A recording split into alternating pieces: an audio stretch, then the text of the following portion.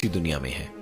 अच्छा करोगे तो स्वर्ग है और बुरा करोगे तो नर्क भी यही है। आज की एक कहानी नोएडा के सेक्टर 19 में रहने वाली पूजा की है, जो बहुत एम्बिशियस है और अपनी जिंदगी में सिर्फ ऊंचाइयों को छूना चाहती है।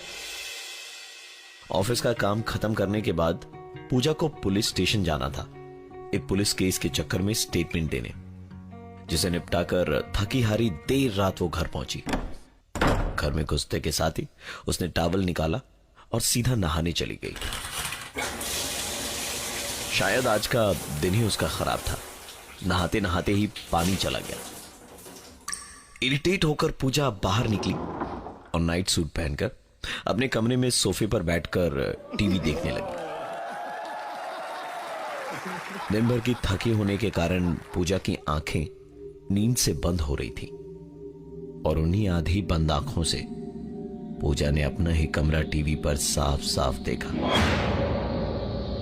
उसकी नींद ये देखकर एक झटके से उड़ गई।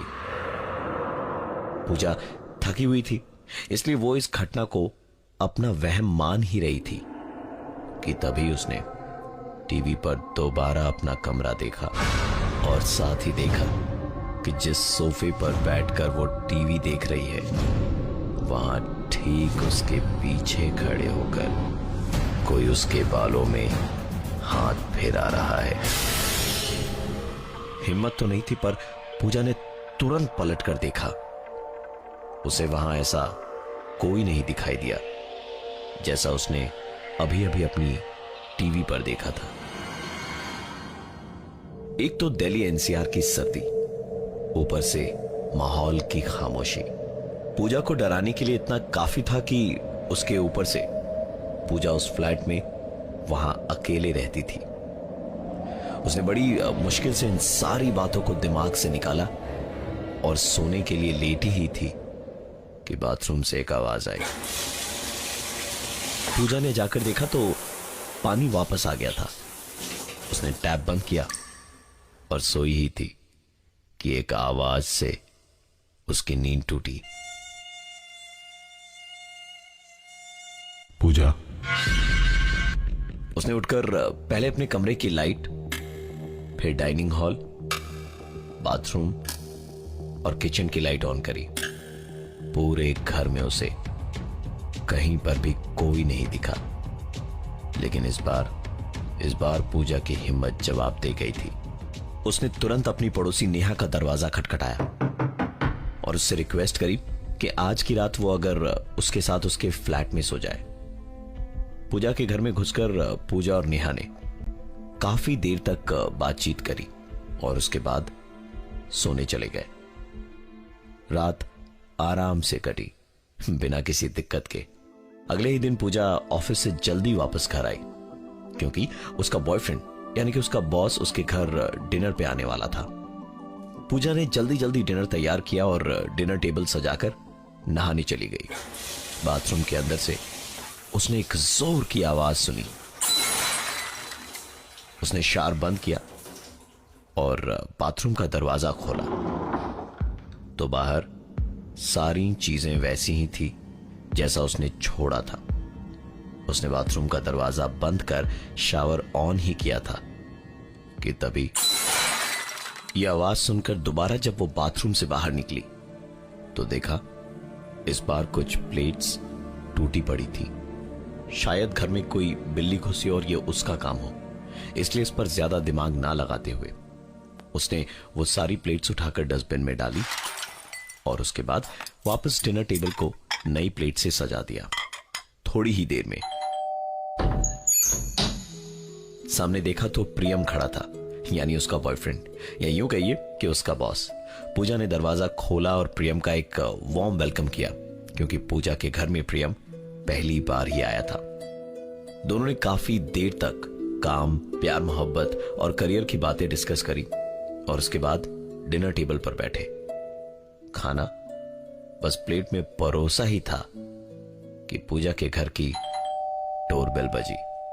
पूजा ने ऐसे ही झटके से दरवाजा खोला तो सामने हाथ में बुके लिए मुस्कुराते हुए प्रियम बोला, सॉरी, लेट हो गया। दिल्ली का ट्रैफिक तो पता ही है ना तुझे। प्रियम को अपने सामने देख पूजा के चेहरे का रंग उड़ गया था। उसने पलट कर देखा तो अब तक जो प्रियम उसके साथ था वो अब वहां नहीं था। पूजा के चेहरे के बदले हुए हुलिये को देख प्रियम ने कहा, क्या हुआ, कोई भूत देख लिया क्या तुमने? पूजा ने हिचकिचाते हुए जवाब दिया, नहीं ऐसी बात नहीं है, तुम अंदर आओ। प्रियम अंदर आया और उसके बाद दोनों ने काफी देर तक बातें करी और फिर डिनर करके टीवी देखते देखते सो गए। देर रात प्रियम की आंख खुली एक धीमी सी आवाज से।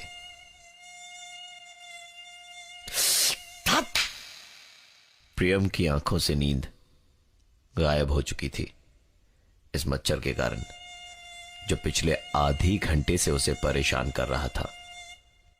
प्रियम उठकर पानी पीने हॉल में गया और फ्रिज का दरवाजा खोला ही था कि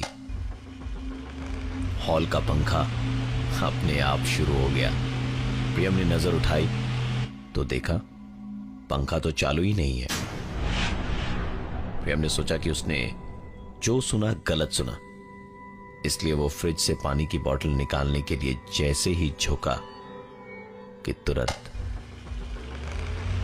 उसने नजर उठाई तो आवाज बंद, फिर झुकाई तो आवाज चालू, उठाई तो फिर बंद। प्रियम दौड़ता हुआ कमरे में गया और वहां जाकर उसने जो देखा वो देख उसे अपनी आंखों पर विश्वास नहीं हुआ। पूजा ने अपने कपड़े फाड़ रखे थे और कैंची से अपने बाल काट रही थी। प्रियम ने जब पूजा को रोकने की कोशिश की तो पहले तो पूजा ने प्रियम को जोर से धक्का दिया और उसके तुरंत बाद कमरे में रखे ड्रेसिंग टेबल के आईने पर अपना सर जोर जोर से मारने लगी। उसने 2-3 बार जोर जोर से आईने पर मारा तो आईना चकनाचूर हो गया। पूजा को बुरी तरह चोटें आई थी पर प्रियम न जाने कैसी हालात में था। इतना ज्यादा शौक था कि वो चाह कर भी अपनी जगह से हिल नहीं पा रहा था। उसे बस एक ही आवाज सुनाई देती नजरें झुकाने पर, जो उसके उठाने पर बंद हो जाती। प्रियम ने रोकने की कोशिश करी तो पूजा ने उसे जोर का धक्का दिया और फिर ड्रेसिंग टेबल के शीशे को अपने सर से फोड़कर कांच के एक टुकड़े से अपने चेहरे को जगह जगह से बहुत ज्यादा बुरी तरह से खरोंच दिया। पूजा के पूरे चेहरे पर गहरे कटे होने के कई निशान थे और पूरा चेहरा खून से भरा था। प्रियम ने अपनी पूरी हिम्मत लगाई और अपनी जगह से उठकर पूजा को संभालते हुए जोर से चीखा, क्या कर रही हो तुम, पागल हो गई हो क्या? कि तभी पूजा बेहोश होकर धड़ाम से जमीन पर गिर पड़ी। प्रियम ने उसे उठाकर बिस्तर पर लिटाया और डॉक्टर को फोन लगाया। फोन कई बार लगाने के बाद भी नहीं लगा, पर जो चीजें कमरे में उसकी आंखों के सामने शुरू हुई वो देखकर प्रियम की हालत और भी ज्यादा खराब हो रही थी। कमरे का टीवी अपने आप शुरू हो गया, पंखा अपने आप चल पड़ा। इससे पहले कि प्रियम समझ पाता कि ये सब क्या हो रहा है, उसने एक आवाज सुनी। पलट कर देखा तो पूजा जाग चुकी थी और बिस्तर पर बैठी हुई कुछ बोल रही थी। बहुत गुमान था इसे अपनी खूबसूरती पर। मुझे कहती थी शक्ल दिखी है आईने में, अब खुद की शक्ल देखने में घिन आएगी, घिन। इतना कहने के बाद पूजा फिर से बेहोश हो गई। इन सारे हादसों से हफ्ते भर पहले ही पूजा के एक ऑफिस कलीग ने उसे प्रपोज किया था और पूजा ने उसकी बहुत बेइज्जती करी थी। उसने सबके सामने उसे कहा था, शक्ल देखी अपनी आईने में। वो लड़का अपनी बेइज्जती बर्दाश्त नहीं कर पाया और उसने सुसाइड कर लिया। परसों रात जब ये सब कुछ शुरू हुआ था, उससे कुछ घंटे पहले ही पूजा पुलिस स्टेशन से लौटी थी अपना स्टेटमेंट देकर। आज इस घटना को करीबन 2 साल हो गए। उस आखिरी दिन से लेकर आज तक फिर ऐसी कोई घटना नहीं हुई पूजा के साथ। डॉक्टरी इलाज के बाद भी पूजा का चेहरा बुरी तरह से डिफॉर्म था और सच में उसे खुद की शक्ल देखने में घिन आती।